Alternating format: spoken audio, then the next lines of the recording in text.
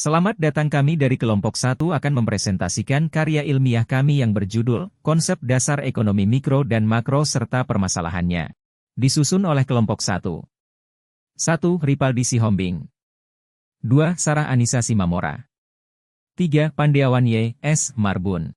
Konsep Dasar Ekonomi Mikro dan Makro serta Permasalahannya. Ekonomi dalam kajian keilmuan dapat dikelompokkan ke dalam ekonomi mikro dan ekonomi makro. Ekonomi mikro mempelajari bagaimana perilaku tiap-tiap individu dalam setiap unit ekonomi yang dapat berperan sebagai konsumen, pekerja, investor, pemilik tanah, ataupun perilaku dari sebuah industri. Ekonomi mikro menjelaskan how dan why sebuah pengambilan keputusan dalam tiap unit ekonomi. Ekonomi makro dapat didefinisikan sebagai ilmu yang mempelajari perilaku perekonomian secara keseluruhan atau agregat. Ekonomi makro disebutkan memberi penekanan pada perilaku dan kebijakan ekonomi yang dapat memengaruhi beberapa kondisi, di antaranya perilaku konsumsi dan investasi, faktor penentu perubahan, upah dan harga, dan berbagai permasalahan ekonomi lainnya. Rumusan masalah. 1. Apa itu ekonomi mikro dan makro? 2. Teori ekonomi mikro dan makro. 3. Contoh kegiatan ekonomi mikro dan makro. 4. Apa saja tantangan yang dialami dalam ekonomi mikro dan makro? 5. Apa saja upaya yang dilakukan untuk penyelesaian masalah dalam ekonomi mikro dan makro? Pembahasan. 1. Apa itu ekonomi makro dan mikro? Ekonomi mikro adalah ilmu ekonomi yang mempelajari kegiatan ekonomi dari produsen dan konsumen dalam penentuan kuantitas, harga dan alokasi sumber daya produksi. Tujuan ekonomi mikro yaitu untuk memahami bagaimana individu membuat keputusan ekonomi. Ekonomi mikro menggunakan analisis marginal untuk mempelajari perilaku ekonomi. Ekonomi mikro mempelajari perilaku ekonomi pada skala individu atau pasar. Ekonomi makro adalah cabang ilmu ekonomi yang mempelajari tentang perekonomian secara keseluruhan, termasuk kinerja, perilaku hingga proses pengambilan keputusan. Ekonomi makro mempelajari variabel lebih besar dan rumit seperti perhitungan suku bunga. Ekonomi makro berfokus pada perekonomian secara keseluruhan atau skala nasional. Pembahasan. 2. Teori ekonomi mikro dan makro. Dalam ekonomi mikro, terdapat teori yang bisa dilihat yaitu 1. Teori permintaan dan penawaran, demand and supply theory. Teori ini menjelaskan bagaimana harga dan jumlah barang atau jasa ditentukan melalui interaksi antara permintaan konsumen dan penawaran produsen. 2. Teori produsen, law of diminishing return. Suatu fungsi produksi menunjukkan hubungan teknik secara fisik antara faktor produksi, input, dengan hasil produksinya, output. Fungsi produksi menyatakan berapa output maksimum yang dapat dihasilkan dari jumlah input-input yang tertentu, atau berapa jumlah input-input yang minimum agar dapat dihasilkan suatu jumlah output tertentu. Ada juga beberapa teori ekonomi makro, yaitu 1. Teori permintaan dan penawaran. Menjelaskan bagaimana harga barang dan jasa terbentuk melalui interaksi antara permintaan konsumen dan penawaran produsen di pasar. 2. Teori utilitas, utility theory. Mengkaji bagaimana konsumen memaksimalkan kepuasan, utilitas, dari konsumsi barang atau jasa tertentu dengan keterbatasan anggaran. Pembahasan. 3. Contoh kegiatan ekonomi mikro dan makro. Contoh kegiatan ekonomi mikro, yaitu 1. Permintaan dan penawaran barang.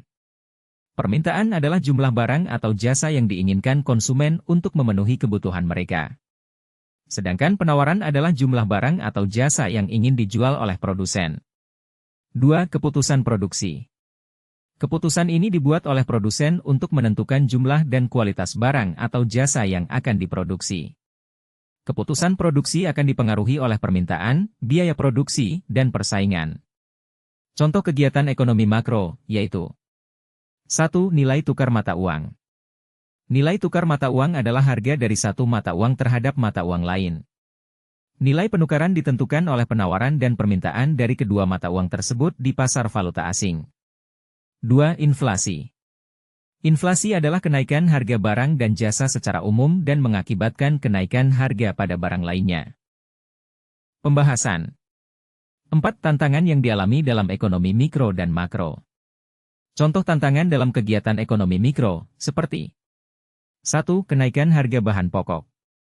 Salah satu tantangan utama yang dihadapi oleh sektor mikro, terutama usaha mikro, kecil, dan menengah, UMKM, adalah kenaikan harga bahan pokok. Kenaikan ini memaksa pelaku usaha untuk mencari cara untuk menghemat pengeluaran yang seringkali berdampak negatif pada kualitas produk. 2. Penurunan daya beli. Ketika harga barang dan jasa meningkat, konsumen cenderung mengurangi pengeluaran mereka, yang berdampak langsung pada pendapatan UMKM. Hal ini menciptakan siklus negatif bagi pertumbuhan ekonomi lokal. Contoh tantangan dalam kegiatan ekonomi makro, seperti 1. Pertumbuhan ekonomi global yang lemah. Pertumbuhan ekonomi global yang lambat berdampak pada ekspor Indonesia. Ketergantungan pada komoditas membuat perekonomian rentan terhadap fluktuasi harga di pasar internasional. 2. Inflasi dan suku bunga tinggi.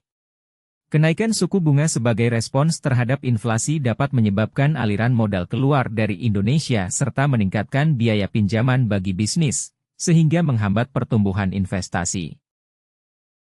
Pembahasan 5. Upaya yang dilakukan dalam penyelesaian masalah ekonomi mikro dan makro. Upaya untuk mengatasi tantangan dalam ekonomi mikro, seperti 1. Dukungan untuk UMKM. Pemerintah perlu memberikan dukungan kepada UMKM melalui akses ke modal dan pelatihan keterampilan. Program-program ini bertujuan untuk meningkatkan produktivitas dan daya saing UMKM di pasar lokal maupun internasional. 2. Pengendalian inflasi. Pengendalian inflasi dapat dilakukan melalui intervensi pasar oleh pemerintah, termasuk kebijakan subsidi untuk bahan pokok agar harga tetap terjangkau bagi masyarakat. Upaya untuk mengatasi tantangan dalam ekonomi makro, seperti 1. Diversifikasi ekonomi. Diversifikasi sektor ekonomi menjadi penting untuk mengurangi ketergantungan pada komoditas tertentu. Pengembangan sektor-sektor baru seperti teknologi informasi, pariwisata, dan industri kreatif dapat membantu meningkatkan daya saing nasional. 2. Kebijakan moneter yang responsif. Bank Indonesia perlu menerapkan kebijakan moneter yang responsif terhadap kondisi ekonomi baik global maupun domestik untuk menjaga stabilitas inflasi dan nilai tukar. Kesimpulan. Ekonomi mikro dan makro adalah dua cabang ilmu ekonomi yang saling melengkapi dalam memahami berbagai aspek kegiatan ekonomi. Ekonomi mikro fokus pada perilaku individu, rumah tangga, dan perusahaan dalam menentukan harga, produksi, dan konsumsi di pasar. Teori-teori seperti permintaan dan penawaran, elastisitas, serta utilitas membantu menjelaskan bagaimana konsumen dan produsen mengambil keputusan untuk memaksimalkan manfaat dengan sumber daya terbatas. Sedangkan ekonomi makro melihat ekonomi secara keseluruhan dengan menitik beratkan pada variabel-variabel agregat seperti inflasi, pertumbuhan ekonomi, dan kebijakan fiskal serta moneter. Cabang ini bertujuan memahami bagaimana kebijakan pemerintah dan dinamika ekonomi global memengaruhi kestabilan ekonomi nasional. Secara keseluruhan, pemahaman terhadap ekonomi mikro dan makro sangat penting untuk merancang kebijakan publik dan strategi bisnis yang efektif guna mencapai pertumbuhan ekonomi yang stabil dan berkelanjutan. Terima kasih.